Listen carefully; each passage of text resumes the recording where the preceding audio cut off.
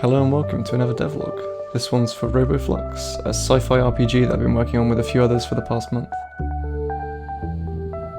I've been in charge of nearly all the rendering stuff, and I've had a lot of fun with it. The version of the game you'll be seeing in this video is the most recent version, and has lots of cool features implemented, that I really kinda just want to show you guys.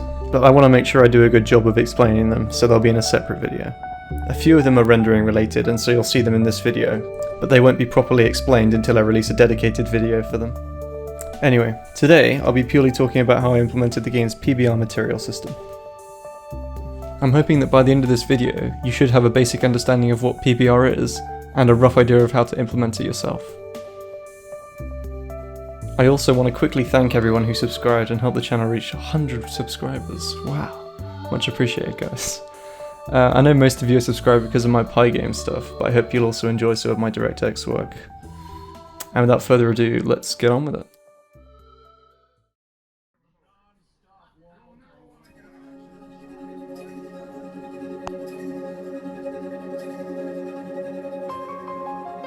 So, briefly explained, PBR, or physically based rendering, is a per-pixel shading model that aims to create photorealistic results by mimicking the way light interacts with surfaces in real life. Alternative per-pixel shading models such as Phong or Blend could create physically plausible images, but usually material and lighting properties need to be heavily tweaked to get good results. The beauty of PBR materials is that no matter the material and lighting parameters used, a physically plausible image will be created, something rarely true for other shading models. Surfaces shaded using PBR require 3 essential material properties or textures, all of which are pretty self-explanatory. The first is the albedo, or base color of a surface. This is the color of a surface with no self-shadowing or ambient occlusion baked in.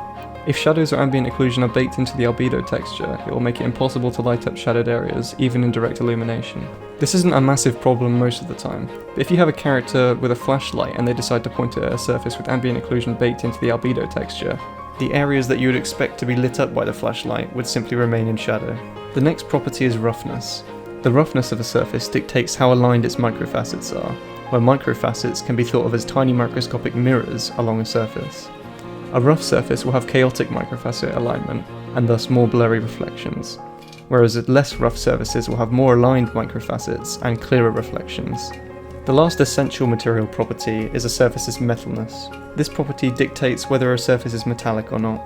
Typically this value should only be 1 or 0, but because an artist may want to have dirt and other non-metallic substances blended over metals, a scalar parameter is required. And just for future reference, non-metals are classified as dielectrics. There are also a few more non-essential parameters which are commonly used, first of which is a normal map texture. A normal map, as I'm sure some of you are aware, is a texture that holds the normal offset of a surface.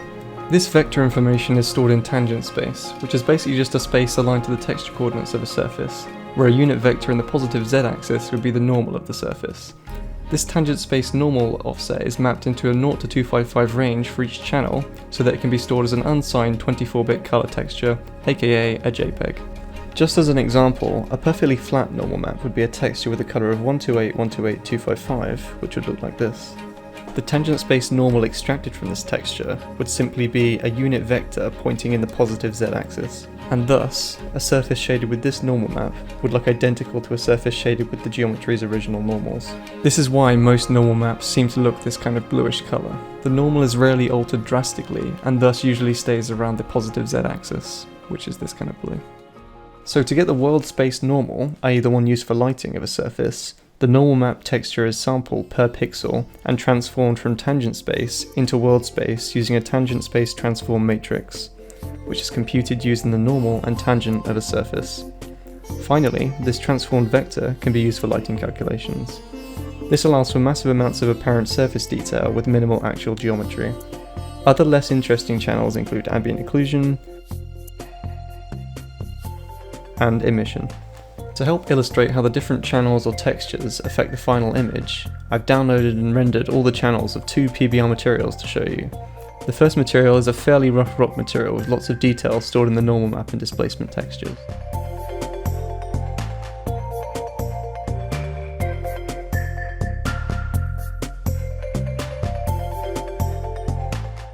The second is a smooth metallic material with only a few surface imperfections.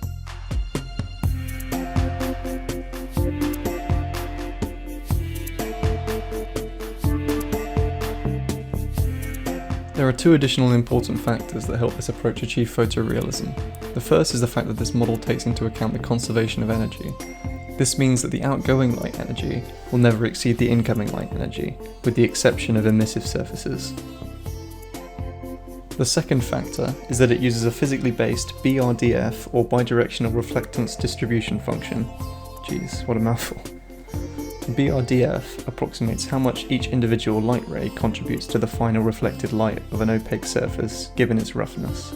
It takes the incoming light direction, the outgoing or view direction, the surface normal, and the surface's roughness as inputs. Using these inputs, it creates two outputs: the reflected radiance exiting along the view ray, and the irradiance incident on the surface from the light's direction. For instance, the BRDF, when given a perfectly smooth mirror-like surface, will return 0 for the light direction output in all cases, but return 1 for the reflected output in the select case when the reflected light ray points in the same direction as the view ray. As the surface becomes rougher, the reflection output or specular highlight grows, but becomes less intense as the rays from the light scatter more. I've massively oversimplified this PBR explanation and probably missed out some key information.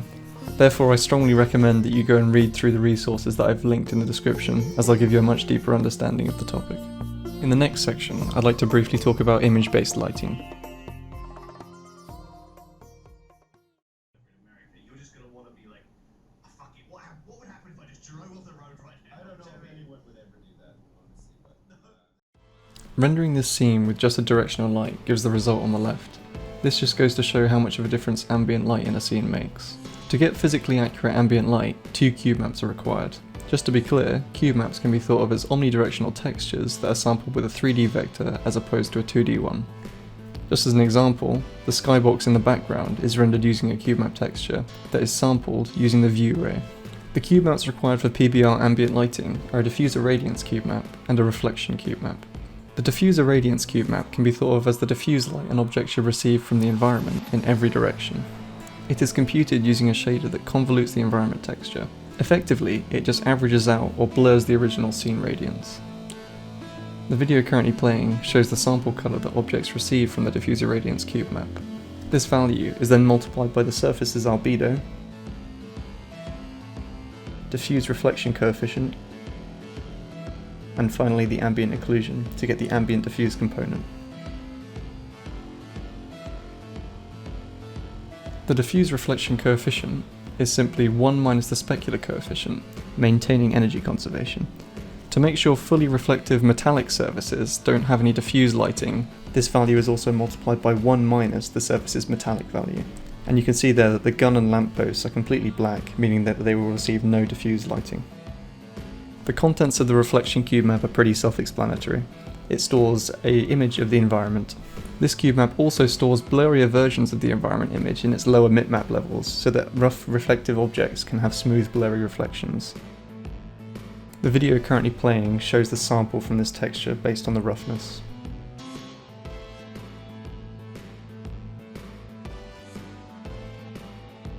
The BRDF inputs used for specular ambient light can be simplified to just 2 inputs: the dot product of the surface normal and the view vector, and the surface's roughness. This allows for all possible outputs of the BRDF to be pre-computed and stored in a lookup texture. This is what the Z lookup texture looks like.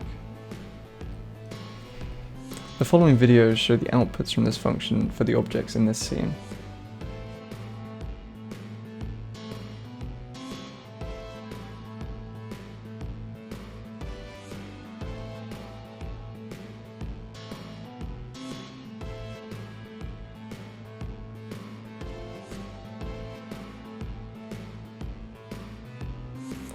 The first BRDF output is multiplied by the specular reflection coefficient and added to the second BRDF output. This resultant colour is then multiplied by the sample reflection colour to get the ambient specular component. You can see this ambient specular component here.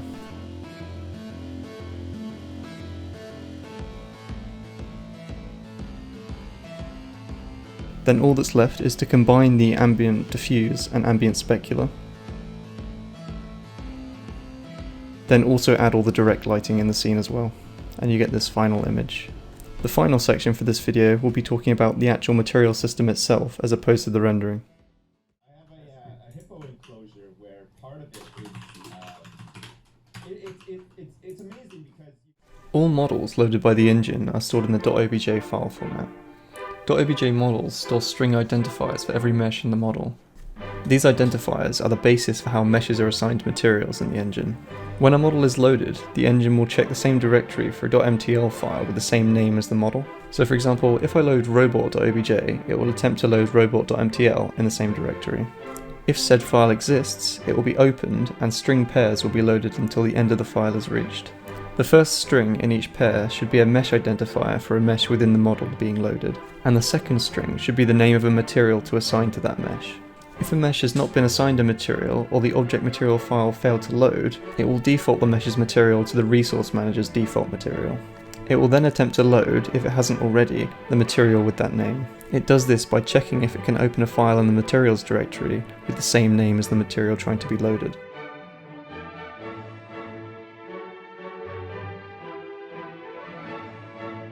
This material file type allows for material texture file paths to be specified as well as parameters to be outright defined.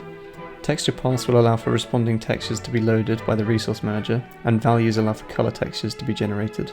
This example file shows the albedo component being set to a texture at this file path, and the roughness component being set to a single value texture of 0.2. Color textures can also be generated using the val RGB and then 3 floating point numbers.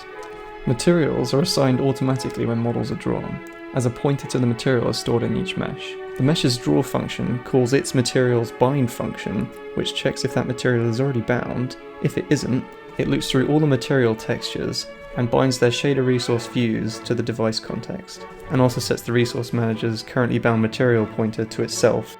This way, other mesh draw calls will know if their material they're using is already bound, hopefully reducing excessive binding. And that's pretty much it. It cleans up after itself and you can reload materials from within the engine.